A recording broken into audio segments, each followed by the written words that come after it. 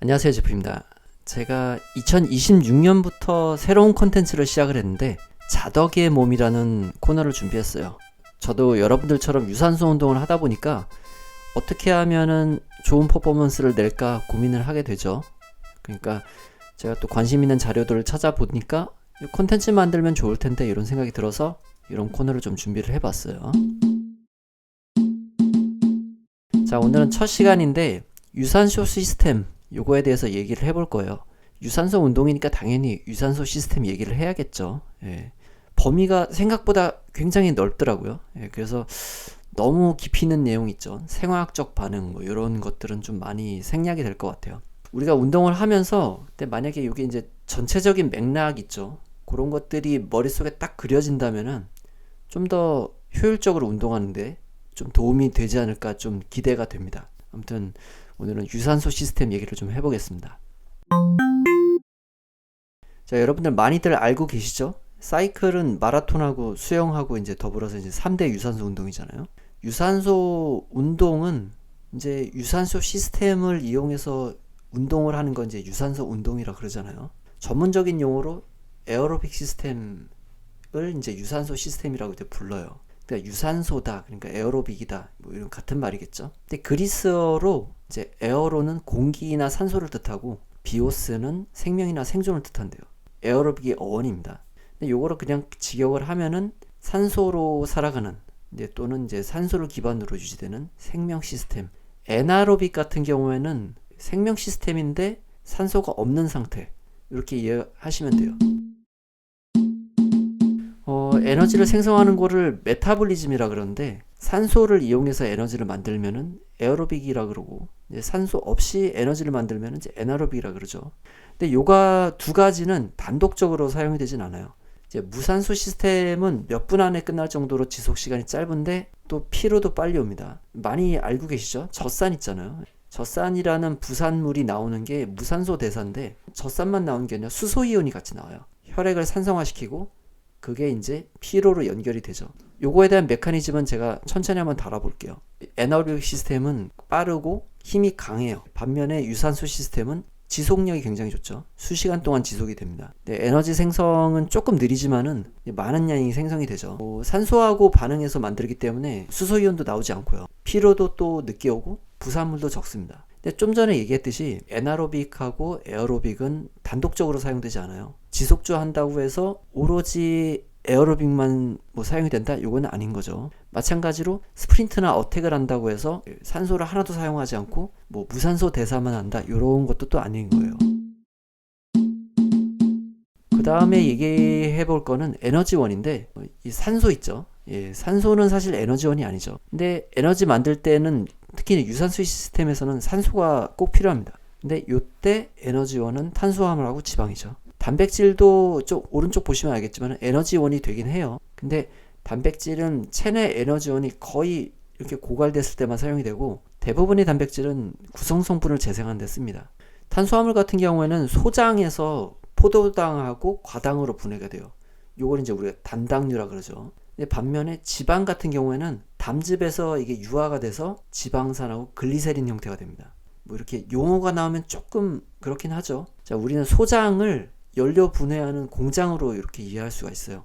네, 탄수화물이 분해가 되면은 포도당하고 과당이 되는데 요거는 소장에서 혈관으로 바로 흡수돼서 간으로 가요. 근데 지방 같은 경우에는 경로가 조금 달라요. 지방 세포에 이렇게 저장이 됐다가 림프를 통해서 혈액으로 가요. 그러니까 지방은 잘 저장되고 그 양도 많거든요. 근데 반면에 탄수화물 같은 경우에는 저장량도 적은데 빠르게 사용되는 특징이 있는 거죠.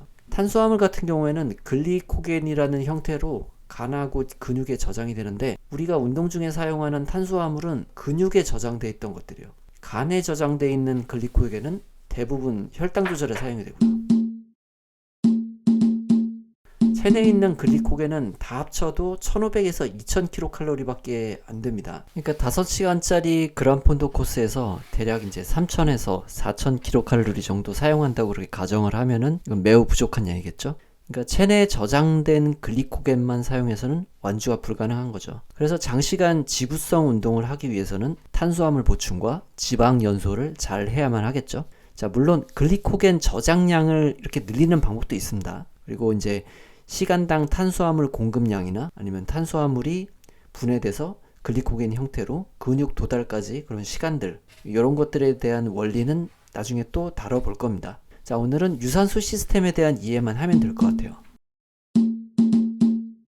이제 무산소하고 유산소 각각 대사들은 이제 사용하는 에너지원이 다릅니다. 빠른 에너지 생성을 요구하는 무산소 같은 경우에는 근육 안에 있는 글리코겐을 사용을 해요. 근데 잠깐 여기서 글리코겐이 고갈돼서 무산소 시스템이 오래 지속되지 못하는 거라고 오해를 하실 수가 있거든요. 근데 사실 무산소 시스템의 지속 시간이 짧은 거는 이 글리코겐이 없어서 짧은 게 아니라 젖산이 생성되면서 발생하는 수소이온 때문이거든요. 그러니까 수소이온이 근육의 생화학적 기전을 방해를 해요. 숨이 차기도 전에 다리가 먼저 잠기는 이유인 거죠.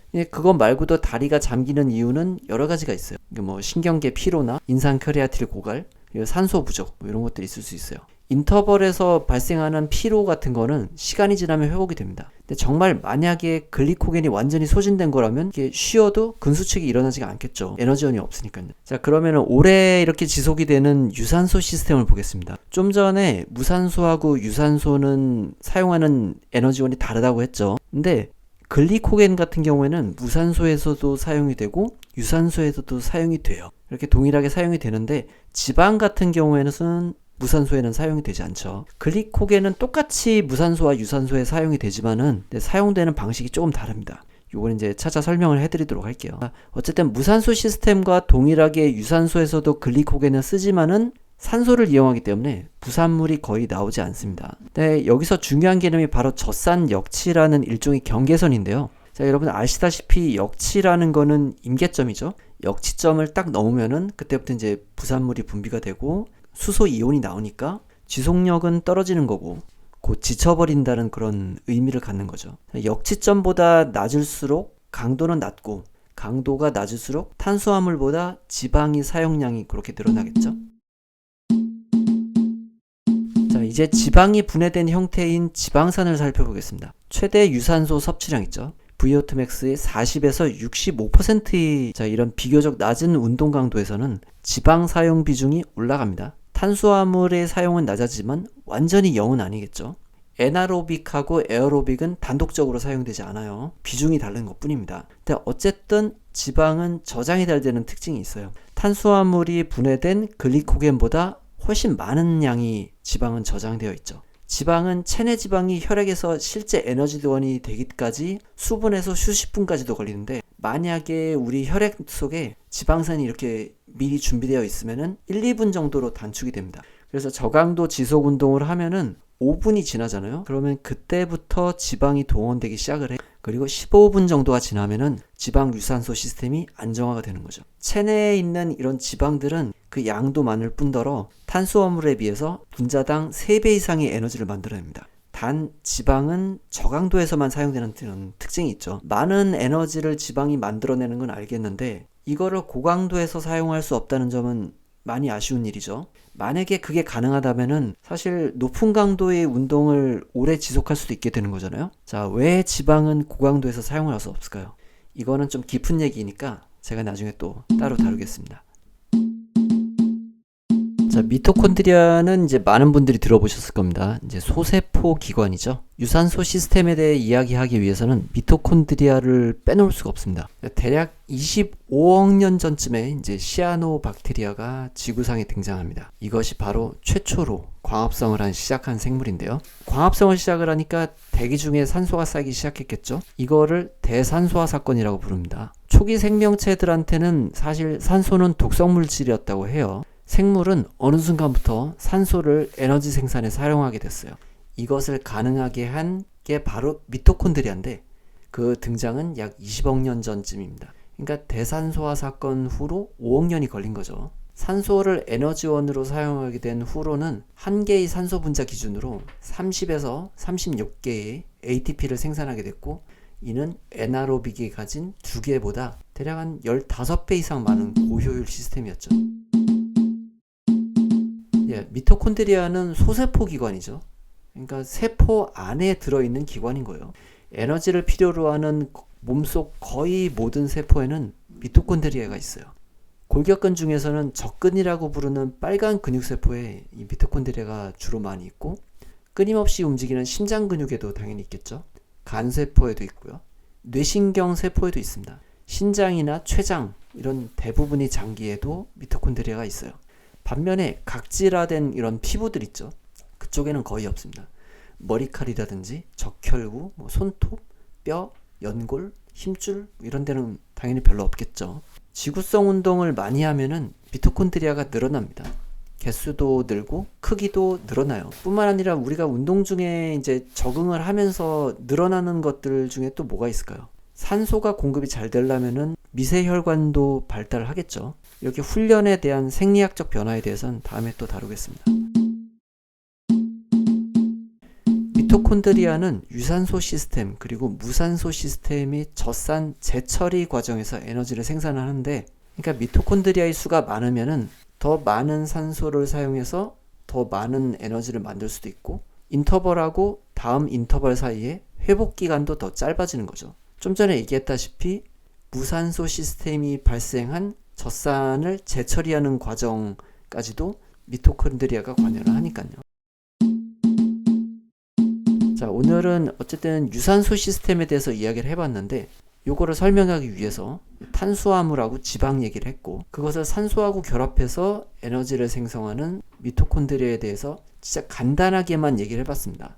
유산소 트레이닝을 하는 사람으로서 이걸 어떻게 개선하는가라는 것이 앞으로 이야기가 될 거예요. 그러기 위해서는 VO2 max라든지 젖산 역치, 글리코겐 지방산 같은 운동 생리학적이나 해부학적인 이야기들을 지금처럼 좀 가볍게 이야기하도록 하겠습니다. 저는 이제 유산소 운동을 몇 년간 해오면서 내 몸속에 어떤 변화들이 일어나고 있는가 라는 것이 저한테는 가장 흥미로운 부분들이었던 것 같아요. 누군가는 높은 시간, 높은 에너지를 생성하는데 이렇게 겉보기에는 외적으로 별로 티가 나지 않는단 말이죠. 몸속에서 무슨 일이 일어나길래 이런 궁금증이 생길 수밖에 없다는 거예요. 쉬운 말로 저희는 그렇게 얘기하죠. 인체의 신비라고. 자, 인체의 신비. 아무튼 앞으로의 컨텐츠가 이쪽이 되지 않을까 그렇게 생각이 됩니다. 자, 그러면은 다음 컨텐츠도 기대를 해주시고요. 다음 시간에 또 뵙겠습니다. 시청해주셔서 감사합니다.